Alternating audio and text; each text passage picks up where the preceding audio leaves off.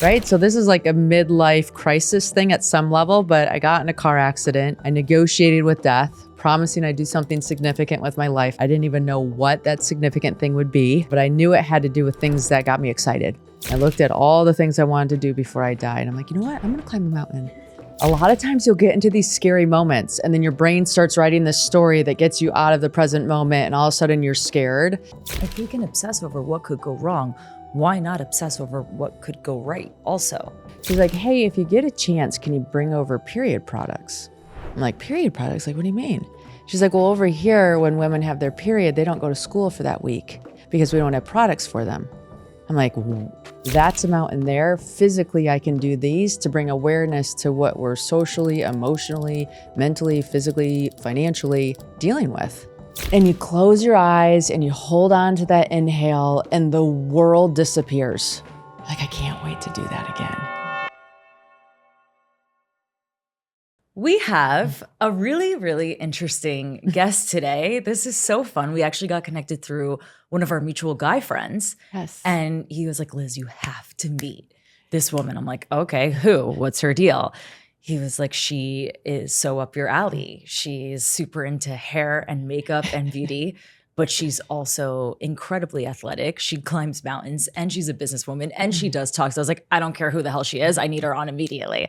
And we connected, like 2 weeks ago? Maybe not even. Right. And I was like, you have to come on. And now she's here. I'm from here. Park City? Park City, Utah. Yeah. Yes. Yeah. Yes. So thank you for being here. Oh my gosh. Thank you for the stars aligning and having this all work out in our favor. Tell us. Yeah. Who the hell you are? Who are you? Who am I? How far back did we go? Right? Like, what is your mission and why do you, what's your why? What's my why? My why is probably my children. I know that they're watching me and I'm an example of what life can look like. So for me, they remind me like to do hard things, to enjoy the journey, to leave the world a bit better than what you started with. And so I guess that's like an easy one for me. What about you? What's your why? No one asks me that when I'm on the podcast, only like when I'm speaking on stage. My why is very much so the leading factor of my everyday life.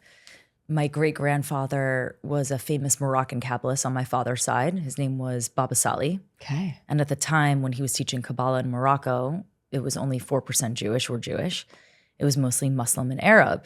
And he was teaching the spiritual wisdom to every walk of life because he was so passionate about it. And then he was buried in Israel. And by the time he died, 4 years prior to me being born. Oh, wow.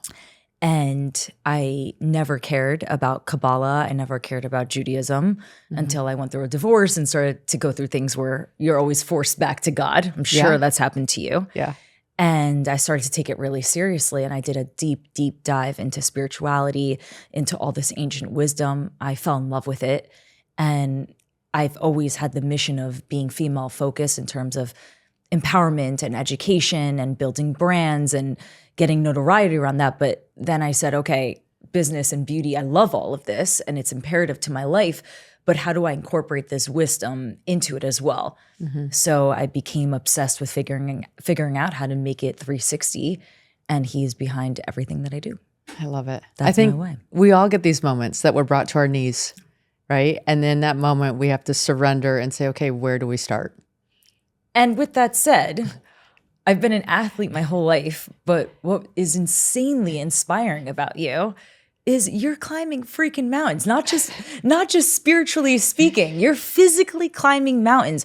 When did you start? Why did you start? And what's the craziest mountain you've climbed? Okay. So there's a few questions if I missed one, like help me remember what I missed there. I'm so excited. No, you're good. Because here's the thing. I'd still hard to identify as a mountaineer. Yeah. Because I had never climbed a mountain before 40. Right. So this is like a midlife crisis thing at some level, but I got in a car accident. I negotiated with death, promising I'd do something significant with my life if I was allowed to live. I didn't even know what that significant thing would be. But I knew it had to do with things that got me excited and passionate or like lit up. And on this list that I was creating of things I wanted to do before I die, like swim with whale sharks, taste pasta in Italy, climb a mountain was the climb a mountain. And I realized at the end of 2019, when I was building this list, in 2020, I was turning 40. I looked at all the things I wanted to do before I died. I'm like, you know what? I'm going to climb a mountain. That's crazy. Because it's only going to get harder as I get older. Of course. Right? So I'm going to do it now while I'm young and fit. And yeah. so that one mountain I was going to climb was named Ama de Blam. And I say it like that because my son heard it as I'm a dumb blonde. And so then he changed my goal from climbing Ama to climbing Everest. Because in our family, if we do hard things, then I should do the hardest thing. And I'm Beautiful. like, okay, I'm going to climb Everest. And I'll show you whatever Everest is, we can summit. And then my coach up-leveled that game to setting a world record and showing women around the world that we can be mothers and athletes and partners and all these different things.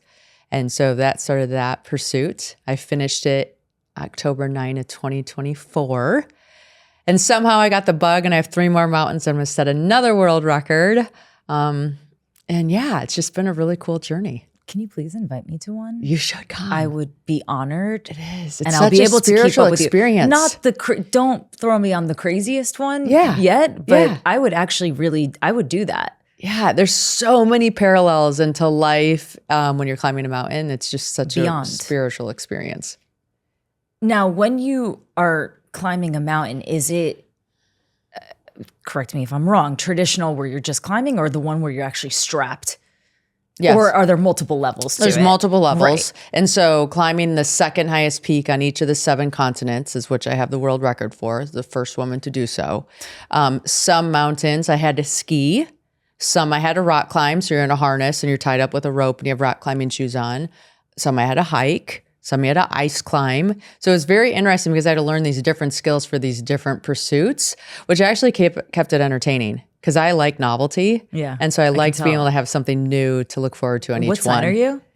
I'm a Taurus. Of course you're a Taurus. Yes. That's so cool. Yeah. Are you married, single, divorced, dating? Stop. We're going to cut that one. Okay. I'm sorry. That's fine. We don't talk about that one. That's totally cool because it's always interesting. Like I always feel like men are intimidated by me. Yeah. So I can imagine that they're intimidated by you. So that marriage didn't work. That part. Sorry. No, it's fine. I'm not. But if he gets involved in this, then it messes my life up. Yeah. Okay. With all that said, when it comes to work, how do you tie in everything that you're doing on your own accord and tie it in with speaking or anything of that? And how does it all come together? Yeah. No, so I have like a master time management schedule program here because you have to, right? Yeah. Like I'm a mother first. So I always build everything from there. Then I'm business second and athlete third, to be honest, because business is what gives us cash and cash is what fuels the dreams.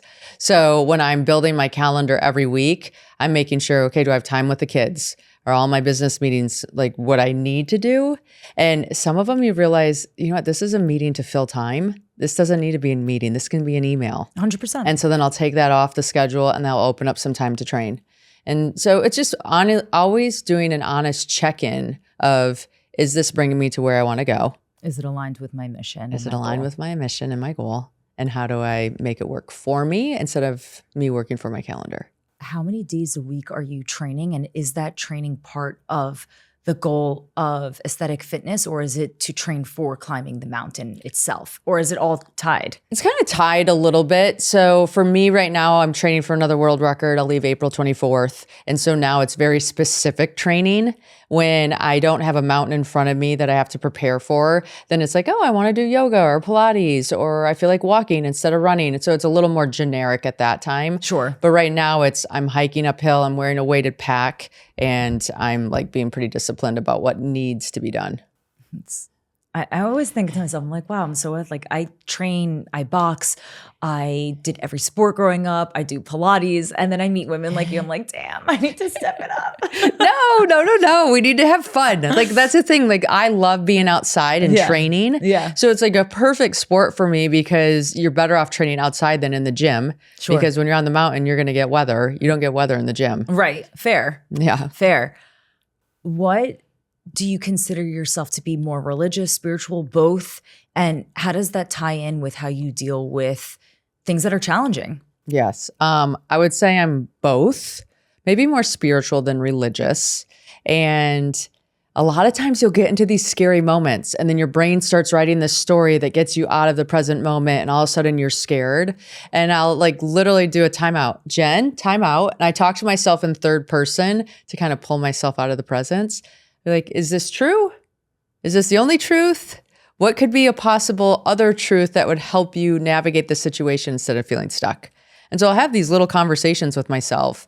And then if there's one option, which there always is, then that's the one that I'll pursue.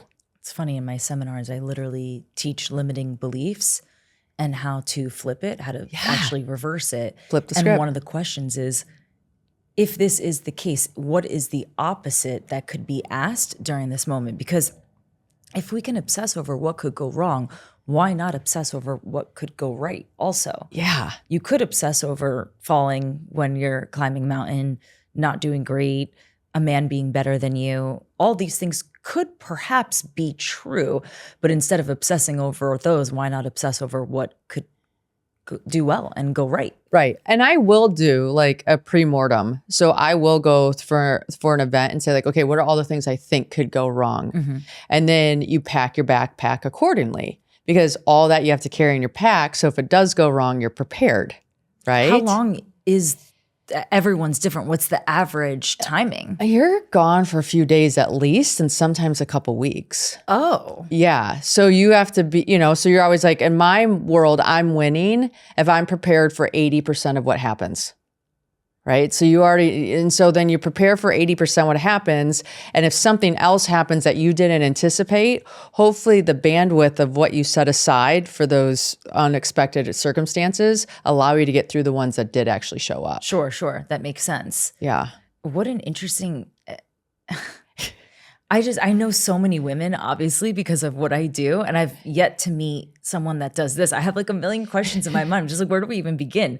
Where did you get the inspiration to even do something like this? Like, how did you wake up one day and you're like, I'm just going to start climbing mountains? Well, I live in Park City. Oh, that makes sense. Right. So that'd be like living in Miami and you see the ocean every day. You're like, someday I'm going to swim in that ocean. Sure. Right. So I live in Park City. I'm like, someday I'm going to climb some of those mountains. And then when you climb those mountains, you're in nature, right? You're unplugged from the world. All of a sudden you come back more energized. You have this sense of accomplishment because you got to this point and then you came back home. And so the dopamine hit happens, the fitness hit happens, the reset. So moving meditation for me for the most part. So it became very addictive. Yeah, for sure. And then it's just like, okay, what's the next one? Or what does this look like a little bit differently? Or what if we try this trail? And some of them have, in Park City, we have ones that have mountain goats on them.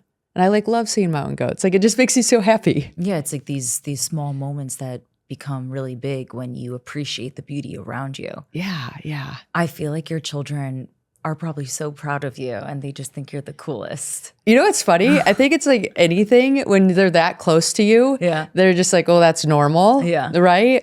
And then it's when a friend comes over. Friend's like, oh, your mom's the mom that did She's what? such a badass. And they're like, oh, that's cool. My kids are like, yeah, I guess she's my mom. Yeah. And they're like, whatever. Totally. My son is 6 and my friends rip on me a lot because I'm the type of mom, like I'm a motivational speaker. I'm obviously always motivating my child to be the best version of himself.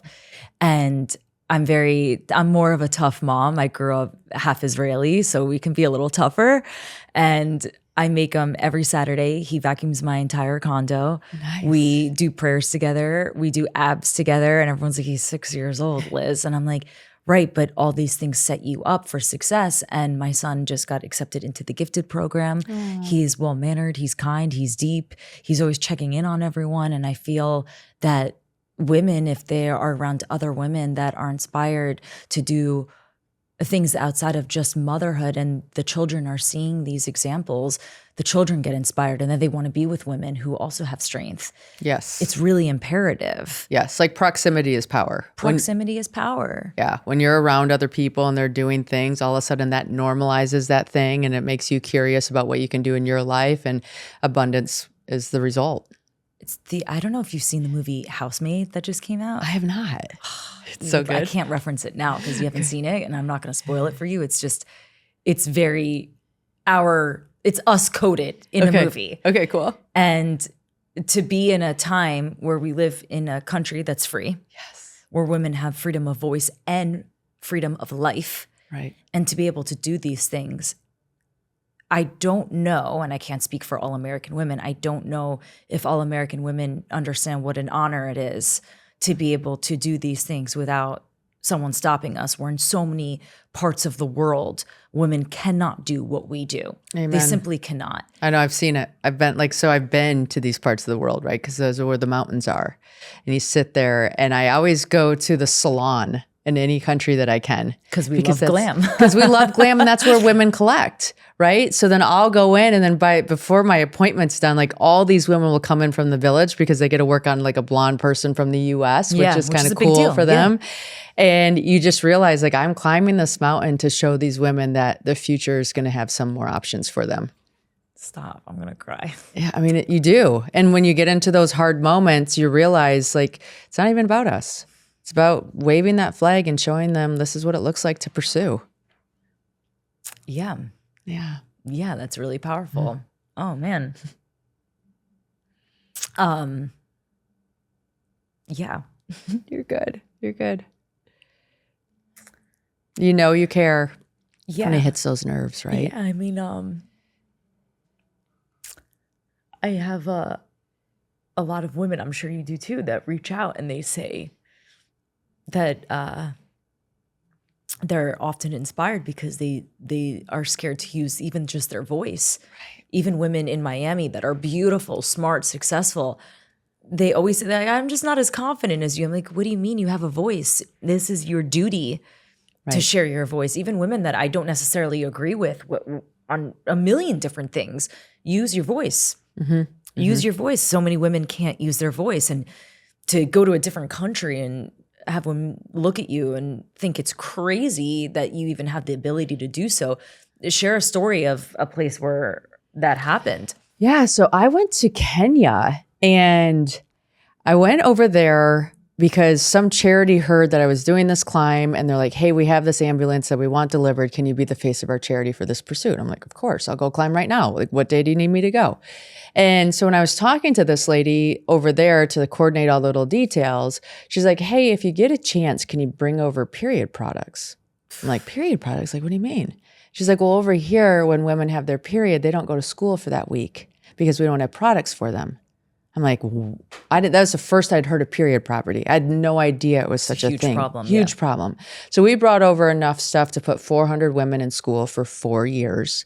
And so then I got to meet these women, and your heart just is no longer your heart. Like, it's this whole community of women. And the entire time I climbed that mountain, it was like I needed that mountain to be able to hold all of that experience, because it just changes you. And then your capacity becomes so much greater. And you're like, give me the next mountain, because that's a mountain there. Physically, I can do these to bring awareness to what we're socially, emotionally, mentally, physically, financially dealing with. Who else do you know other women that are doing this? Yeah, that's what's really exciting is as you're in the mountains, from beginning this pursuit to where I'm at today, there are more women out there.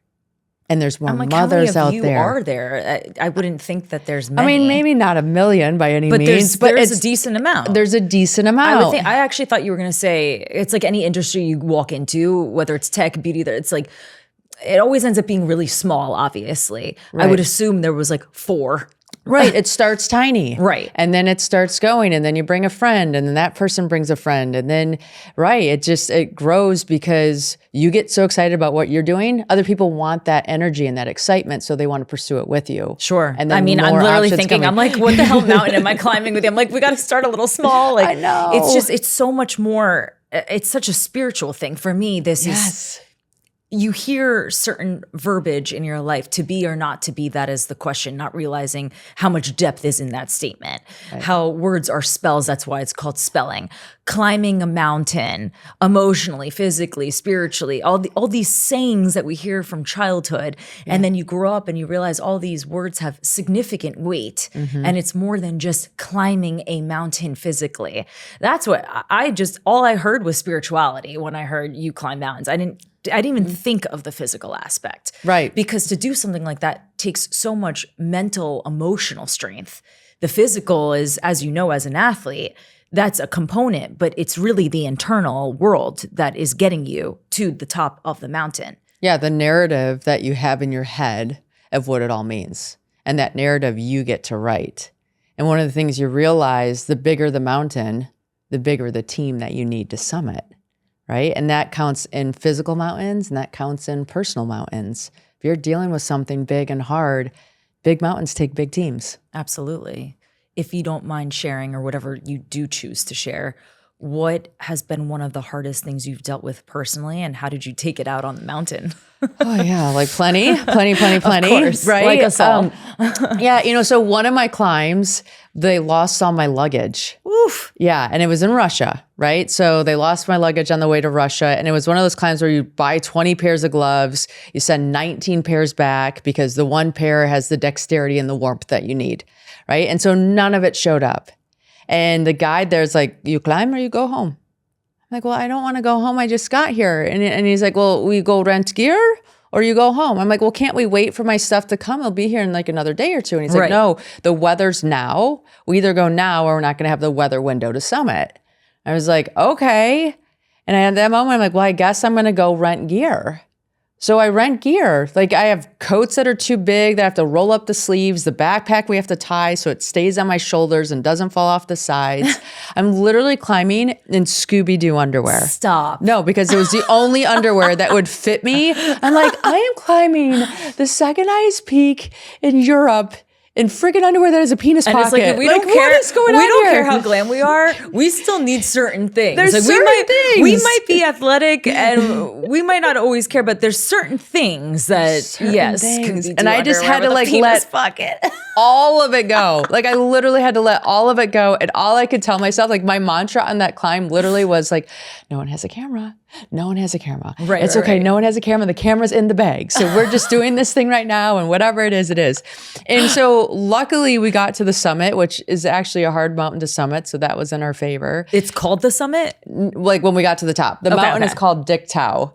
And so when we got to the top, it was like a huge victory. Is it multiple people climbing with you or you're doing Always doing with multiple people. Okay. And is it like a race to the top or everyone's kind of individually doing their own shtick? It's not. Well, so I had a guide and then 2 other people on my team and we're all working together to get to the top. So no one's. As it should be. Yeah. No one's trying to beat anybody else up. And it's a very unique climb though, because if I make a mistake or my guide makes a mistake, we're both sliding down that mountain because we're tied to a rope to each other until one of us stops that slide. So the communication also has to be insanely strong, which also or like trust, because communication's life. Horrible because they barely speak any English, right? So you have grunts and arrows of where we're pointing. So that's a challenging piece. That makes sense. You just have to like, okay, that person's good. I'm going to trust that they know what they're doing and I'm going to follow along and he's going to trust that I'm strong enough if something goes wrong. And I mean, it's such a unique environment to put yourself into. If you don't have faith, you're going to get swallowed alive. Facts. And that's translates to the real world as well. Everything in life. And so when we got that one done and my luggage was like perfectly zip tied at the airport when I got back, I'm like, oh my gosh, go figure. I sit there and think, thank God I allowed it to look like a train wreck of a disaster because 6 months later, Russia closed. No way. Yeah, to that Russia-Ukrainian war. No and so way. I got that climb done and you only get to climb that mountain August, September, October. And if you don't do it then, you have to wait till the next year to climb August, September, October. And so I'm like, thank God I let go of how I wanted it to look and accepted it how it was looking and just gave it my best shot. Yeah, that makes complete sense. Yeah. Do you ever talk to God when you get to the top of the mountain or through the mountain or Okay, so let me bring you to the top of the mountain. Through, yeah. Okay, so you know the top of the mountain's coming because there's something that like signals it, right? There's either like a plaque or there's like a flag or there's something that you're like, okay, that's the top of the mountain. Okay. How long is this typically? An hour in? 2 hours? You won't see it. I mean, on Everest, you really don't see it until like 30 minutes, 10 minutes before, depending on the mountain. And some of them you see it like right away. You're like, okay, the top of the mountain's this big, so we're going to stand here for 2 seconds, then go back down.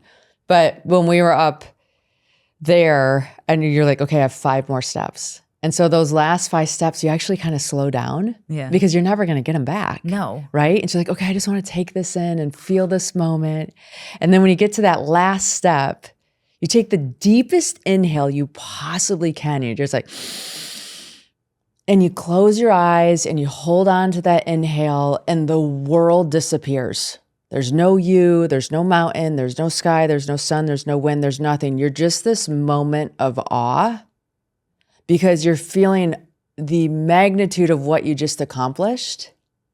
And then you're also sad about it because you just accomplished it. Right. Right? And so it's done. So you have this full spectrum of emotion and then you breathe it out and you're like, whew. And when you breathe it out, like the world starts to return. You feel the wind on your face. You're like, okay, it's cold. All right, we can't live up here. We need to get down.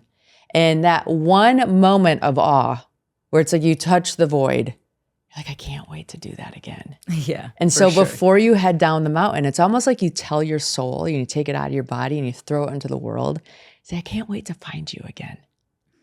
And you head down and then you're going to start climbing another mountain because it's in the pursuit that we get to find who we are. It's almost correlated to before you give birth to a child. You know this because you're a mother. Yeah. And spiritually speaking, Kabbalah speaks often to before the light, before you reach that, the darkness is there. And that's when you're feeling the most pain before birth. Some women like myself almost died before birth. And it's right before that. I'll never forget the doctor said to me, I was pushing for 4 hours. Oh. And he was like, listen, in 30 more minutes, I have to do a C-section. And I looked at my husband at the time and I said, I don't think I can do this. And the doctor said, this is actually exactly when the women give birth. It's right before when they say, I can't do it, they find it. Yeah. And that's what happened. And I feel like that would happen to me if I were to climb with you. Yeah. 30 minutes before, babe, I'm done. Yep. I want to slide back down. It's a wrap. My body's tired. I need a snack. And then you make it. And then you make it. And then you get to the light. Yeah. Yeah. And you're so excited for humanity because you can set this audacious, crazy goal, and then you can put these little habits and things together, and you can make it come to life. If you can do that on the mountain, you can do that anywhere. And how cool is that? I'm so inspired right now. You don't understand. I'm going to be bothering you all the time. Perfect. Which one's a starter? Where can we start baby version? I'm coming to stay with you in Park City. Yes. I'm showing up at your house. Yes. I'm so inspired by these things because for me, it's always, my agenda is always how do I become the most evolved version of Liz? Yeah. Physically, mentally, spiritually. I'm a pusher. So it's so cool, like the women in business who have raised millions and they come from nothing. Right. The woman who decided one day she wanted to climb a mountain. If you are a woman in college, in high school, in your 30s, in your 40s, in your 50s, you want to start somewhere that's appropriate baseline. Would you suggest Park City just because that's where you live and that's... I mean, I think Park City has so many entry level ways to go, right? And we have a 400-mile single track system that they groom and take care of. Okay. So there's plenty of trails to walk on. But ones that you have to be strapped or is like walking. These are walking trails. Okay. So I think first you learn how to walk and you get used to your body at altitude. Right, and that part, right? And then you'll go into what they call a scramble. So that would be like rocks on top of each other, but it's not so steep that you'd have to be on a rope. But you kind of have to go on all fours to get up them. And then after that, you can start going into more things that would require a rope. But we have all of that in Utah. And in fact, they're building a brand new climbing gym where they're moving like the entire U.S. climbing team to train at. And so we have the indoor, outdoor, and all of it. Going from doing it slowly to then being on the rope, have you ever fallen backwards on the rope? Did you think you were going to die? So here's the crazy thing about the rope is I remember when I first moved to Utah, because I'm from Michigan, so all of this was new to me. And I was calling down to St. George. I'm like, hey, I want to do some activities with my kids. What do you have? He's like, well, we can go water rafting, we can go mountain biking, we can go rock climbing, we can do some other activity. I'm like, well, I don't want to rock climb. It's dangerous. He's like, actually, it's our safest activity. I'm Like, what do you mean it's your safest activity? He's like, you're on a rope. Catches you. It catches you. If someone falls over on a mountain bike, they can roll their ankle, they can do whatever. He goes, on the rope, I'm pulling you tight, so you're only going to fall this much before you have to worry about anything. Okay, that makes complete sense. Yeah, I mean, it doesn't feel that way when you're on the wall. Trust me, I have fear of heights, so like it shows up, but it works out that way. I dated a guy in New York. He had a rock climbing wall in his building. I thought it was so bizarre. And I remember thinking, it's not that serious. It's not that high. But when you're up there and they attach you to like the belt harness, and the rope and everything. And I remember thinking, it's not that serious. But once you're up there, it's pretty high. And the first time I fell, I was like, oh, shit, this is really scary. But then you just get used to it. It's like anything else. You're training a muscle. Exposure therapy. 100%. Because when I first showed up, I mean, I'll never forget this. I was such a jerk. I show up to the climbing gym. How many years ago was this? This was, 2021. Okay. And I show up to the climbing gym like, hey, I'm going to go climb Mount Kenya. I need to learn how to rock climb. Yeah. And they're like, oh, you're the girl that's trying to set this world record. Yeah. I'm like, yeah. He's like, okay, well, put this on and let's get you on the wall and let's see how well you're going to do. And then we'll build the plan from there. Yeah. I'm like, okay, perfect. So I think I'm going to slay it, right? I'm like, okay. I get up on that wall. I'm 10 feet off the ground, sweating, shaking, my vision narrows, my heart's coming out of my chest. I look down at my guide. He looks up at me, gives me the finger to come down. And I'm like, what just happened? You're right. And he's like, you have a fear of heights? I'm like, how could I have a fear of heights? Like, I'm not afraid of like chairlifts. I'm not afraid of skyscrapers or roller coasters or whatever. But on that wall, I was afraid of it. And so we had to like go up and do exposure therapy. You go one handhold higher, you come off the wall.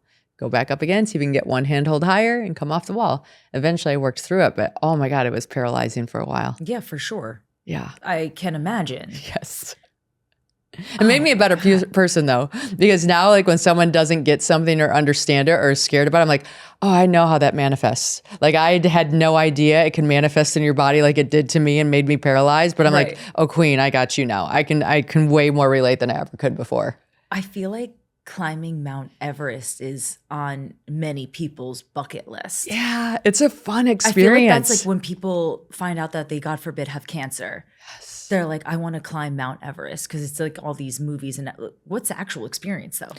So I think Everest is amazing. Like I think it's super fun. You're with people from all over the globe that have the same idea and they have the same goal. And so you pull all that energy from everybody else.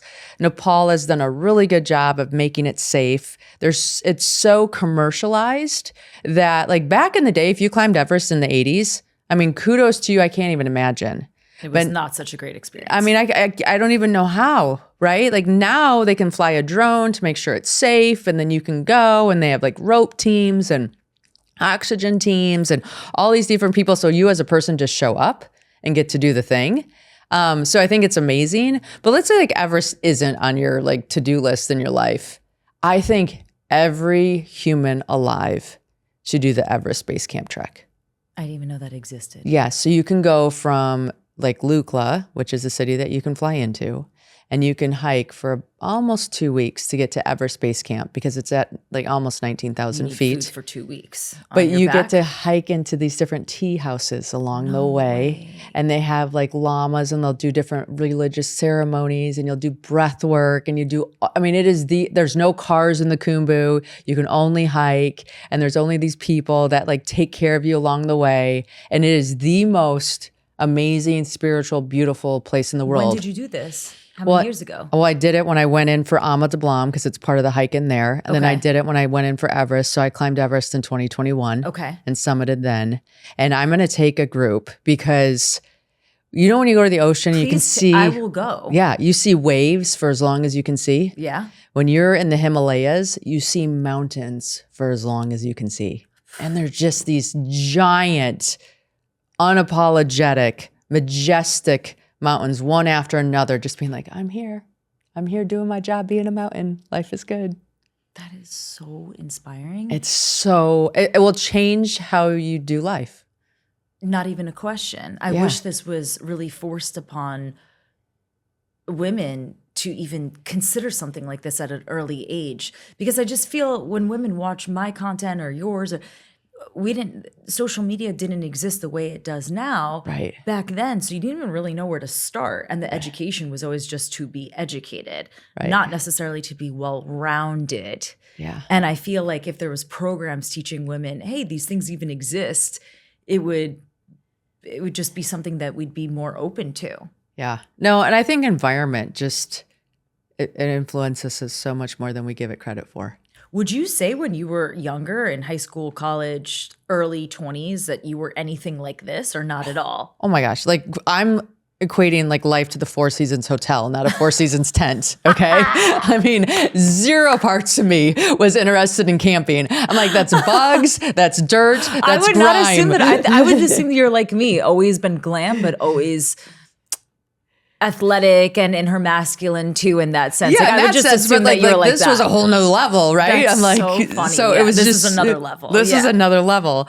So like I'm actually taking a group up Kilimanjaro at the end of the summer, and you could go into tents where you crawl into and you sleep on like an air mattress in the tent. Okay. I'm like, but you know what? Let's have this be a little more fun. So we have tents that you walk into and your sleeping bags are put on cots. Yeah, I would trust you because the way you look and the way you are with that, I'm like, I know she's doing it my style. Yeah. So if you're looking for a glam version of Kilimanjaro with a safari following, this is your adventure.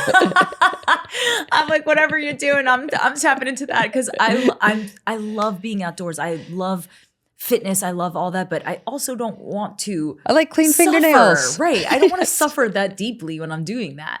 You know, it's so true. It's so funny because most people, it's either far left or far right in terms of that, and in terms of most things in life.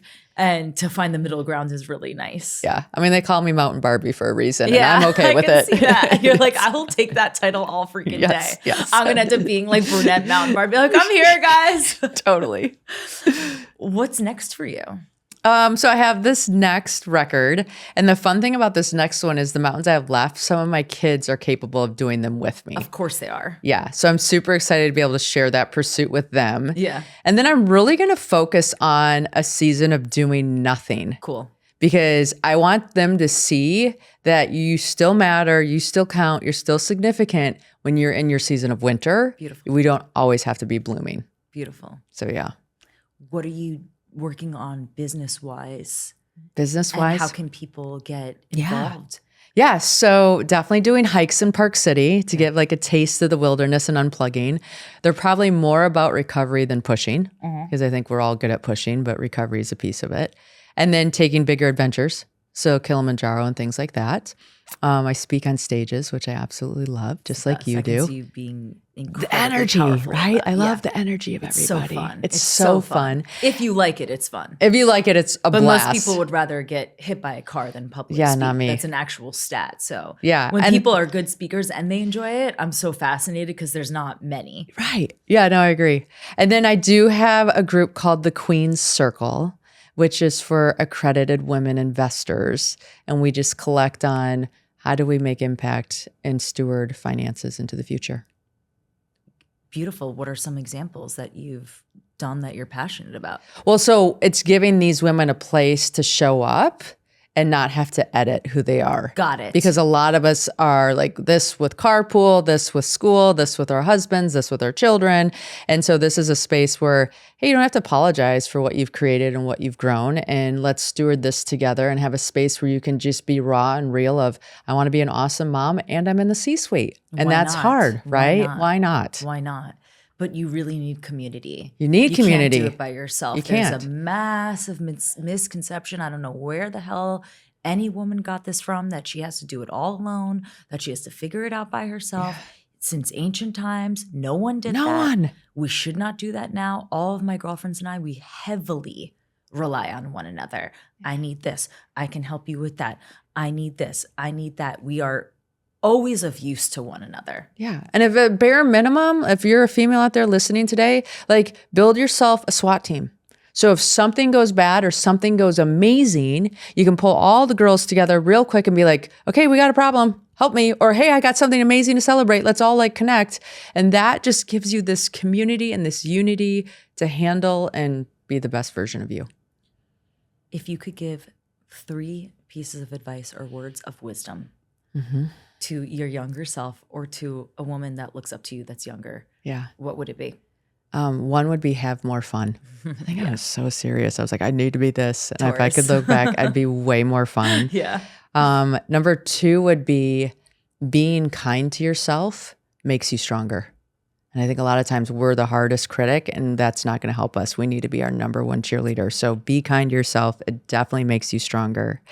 And then number 3 is if you're the only person that makes it top of the mountain, you failed. If you climb the mountain, you better make that path paved so other people can make it up there too. Oh, I love you so much. You are so beautiful and amazing. Thank you. Where can we find you? Yeah, so check out jendrummond.com, and that's 2 N's in Jen, or on Instagram is the Jen Drummond. Spell it the last name. Drummond. On Instagram, TikTok, LinkedIn. I think all of that, yes. Everything. Amazing. I don't do the social part, right? I'm the outdoorsy. Yeah. But you We need have to it all. start doing, yeah. I know, we have like, it. I want you everywhere all the time. Thank you. Do you tape everything live when you're doing So it? this is what's going to be amazing. So Starlink gave us a like mini satellite thing or whatever. And so this next climb, so we start April 24th, we fly into Chamonix, we'll start climbing on the 26th. Every day we'll be able to do a live from there, at least give live updates. And then we're going to do that in Russia, and then we're going to do that in Alaska. Crazy. So you should be able to follow along like what's going on real time, which is pretty cool. So beautiful. I can't wait to join you on the baby one first. Yes, perfect. The baby We're version. here for it. Yes. Thank you for being here. Yeah, thank you for having me.